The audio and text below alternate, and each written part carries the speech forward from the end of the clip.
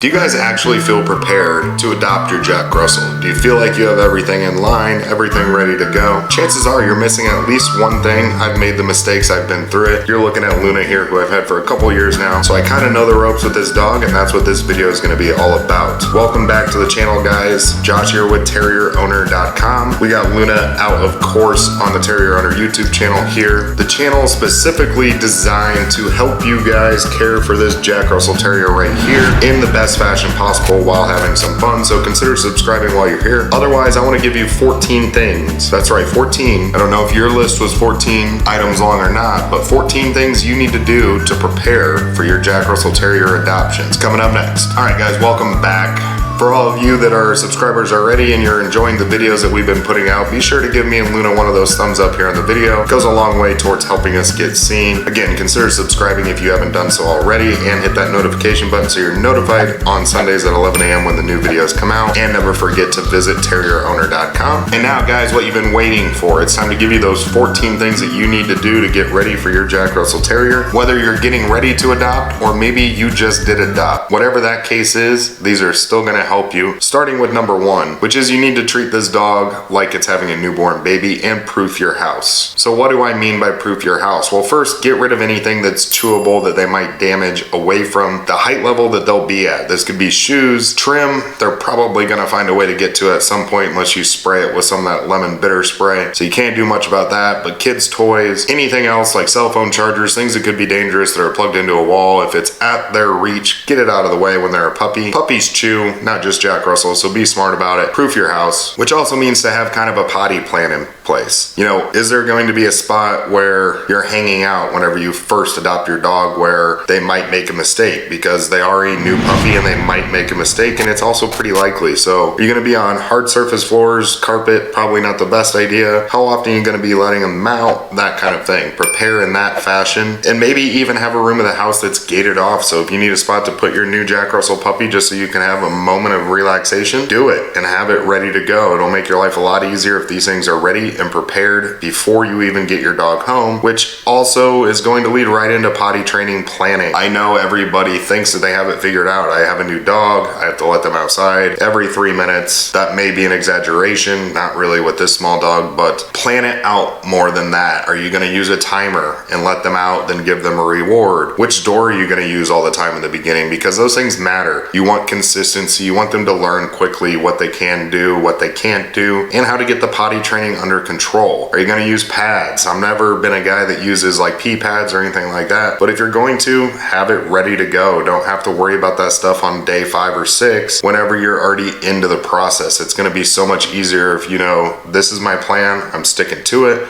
until this dog learns how to get it down the way that I need them to. Trust me, planning helps a lot, and it will save frustration. It'll probably save some arguments with your spouse or other family members. Yes, dogs can cause arguments. And while you're planning out those potty routines, plan out some exercise routines, because this dog is not going to sit and do nothing all day long. Best chance you have at that happening is in the very beginning when all they do is sleep. Again, much like a newborn baby. Once that phase is up, it's time to get up and get moving around because they need some exercise and they want to burn it off. So you got two options. You can either give them that exercise or they can run 25 miles an hour doing zoomies in your living room. Regardless, zoomies are probably going to happen anyways, but she doesn't like when I talk about zoomies. She gets a little embarrassed. But at the same time, it's clear that they need the exercise. They behave better. They're more worn out at the end of the day. Just give it to them. If you're going to take them for a walk every day, perfect. I'm not here to preach to you about which exercises to do. I'm here to preach to you to do something. If you want a fence in your backyard before you adopt them and just let them sprint circles, good for you,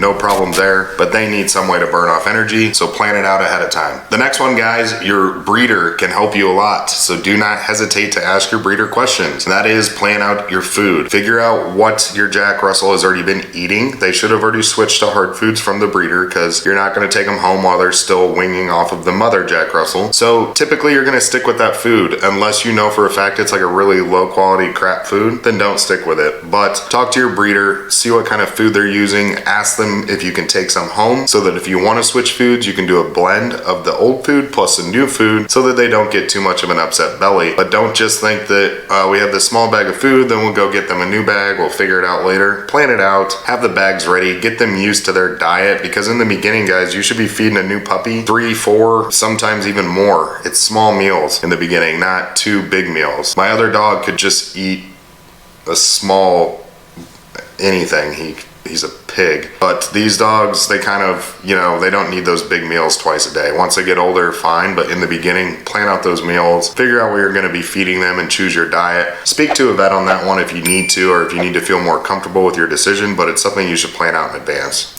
Number 5, guys, and I would not have made another video about this that's on this channel, so just go to the channel page if you want to watch it, but it's crates, okay? I know some people don't use crates, I get it. I've had comments on this channel that say that crates are the lazy way to deal with separation anxiety or potty training, and my response to that is, I guess I'm lazy, because crates seem to sell pretty quickly on Amazon Petco, and I see a lot of them in friends' houses, so I guess a large population of the world is also lazy, but you should get one. If you don't want to get one, that's fine, but I can tell you they're gonna make your life a lot easier. And if you don't need one, that's completely different. Like if you just have so much time that you never need a crate for your dog, then hats off to you. I wish I had that time myself, but I don't. And I wanna protect my house whenever I was gone when I first adopted her, or I want help with potty training by being able to put her in it at night and know that she won't soil herself. So what you wanna do, guys, is you wanna get a small crate. You wanna get something where they won't feel like they have the ability to soil the crate and still sleep on another side of it. And you want it to be comfortable, so you can make sure it's got a nice lining at the bottom or some kind of dog bed, and they should feel safe in this and never like it's a discipline action. Luna, when she's scared, she will just go into that crate with it open and lay down in it. That's kind of what you're looking for. You're not looking for a dog that hesitates to go into a crate, but a crate is going to help you so much with potty training when they're young, leaving the house, if you have to go to work, if you have company over and it's just not working, or they're getting severely annoyed by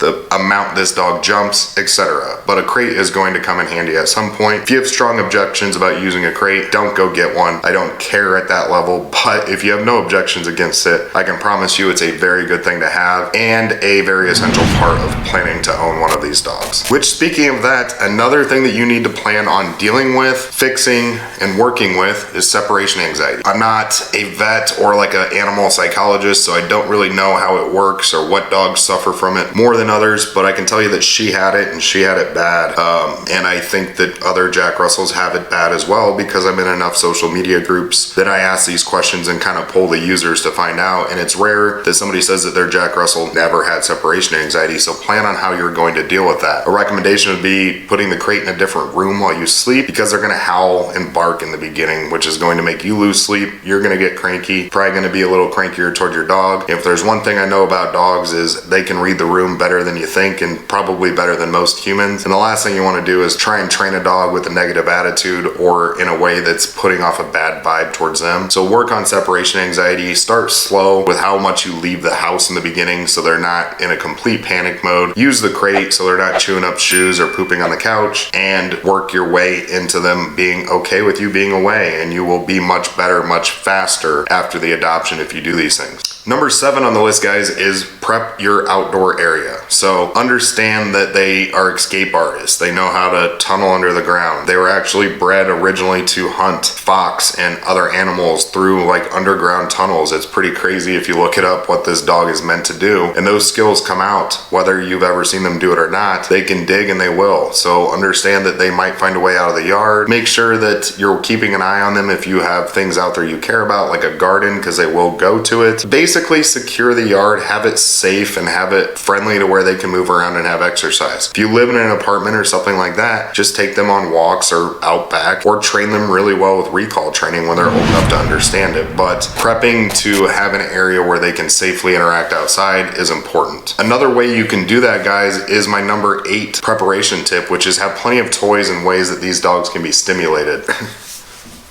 I won't dive into my full recommendation on the toys. I have other videos on this channel for that, but figure out what they like. These dogs all have unique personalities. One may love, the tennis ball toss. Another one may love the rope style toys to play tug with. They might just love any kind of chew toy or chew bone. But get a good collection of toys, find some things that they enjoy so that they have something positive they can do, and so that you have something on hand that you can give them to replace a negative behavior when it's taking place. You know, let's say that you caught them chewing on a shoe. Well, instead of, you know, scolding them, it's much better for you to catch them in that action and replace it with a chew bone, and then give them a reward when they actually sit down for a few minutes and use the chew bone instead. They're gonna respond much better to figuring out what pleases you and what makes you happy with them, as opposed to getting yelled at and not really understanding what it is. So plan ways to keep their mind occupied. Number 9, guys, is you need to have a training plan. And I didn't do the best at this, so it's why I included it on the list. So my mistakes equal your gains if you're watching this video, but don't just have the generic plan that I'm gonna train my dog or I'm gonna teach them how to do all these cool things. Like, have a plan on how you're going to do it. Are you gonna do, you know, 3 10-minute sessions per day? And are you gonna do one trick at a time until they're just a master at it? That'd be a really good way to go about it. Work on sit for 2 weeks, 3 times a day for 10 minutes. Use clicker training, use whatever method you want, but have a plan. Make the plan your own, make it fun for you and your dog, and it'll be much easier for you to remain consistent with your dog, which will make things click in their brain much better if you take that kind of approach instead of this inconsistent kind of willy-nilly style training method. Number 10, and this is often overlooked, is what could save you a lot of stress from day one is knowing who's gonna be your vet. You know, some of you may already have another dog, another cat,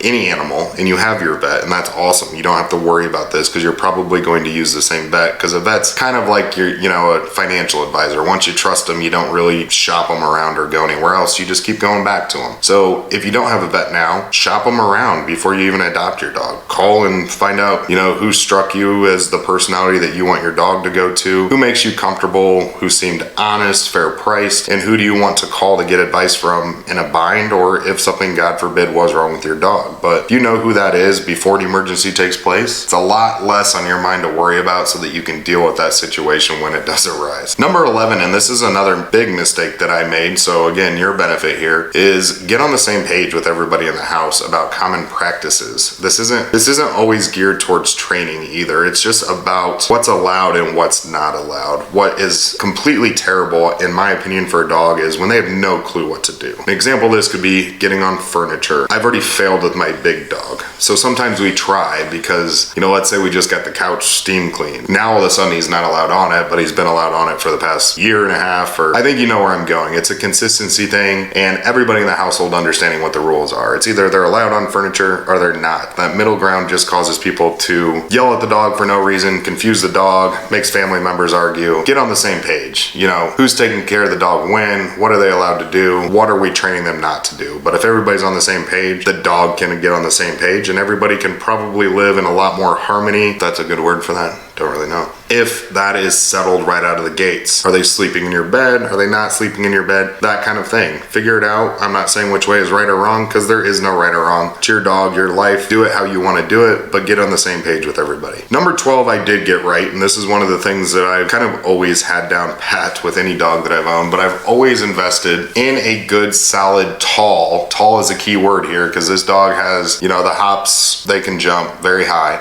A gated room, and it doesn't have to be, you know, a huge room in the house. Luna does happen to get a very large room in the house. It's actually the room that I'm in right now. So she gets, you know, I don't know, 300-400 square feet, solid surface floors. You know, for when she was a puppy, if she made a mistake, it's a lot easier to clean up. She's got her own little, you know, call it like an oversized chair type couch that she'll lay on. She's got her crate that's opened up in here, her food bowl, etc. And it's the same area where I can let her outside because there's a back door. But you could use a laundry room, you could use a kitchen, you could use whatever you want, but have a gated room, because I mean, there's gonna come a time where you need them gated. What if you were having new appliances delivered and you didn't want them jumping on the appliance delivery people, or them running out the front door because the door needs to be open for a while, or you're having a big party? A gated room is kind of a step up from having to crate them in those situations. They still have freedom to roam around, remain comfortable. They don't have to feel like they're being caged. I think you get the point. But if you can plan out that room, buy yourself a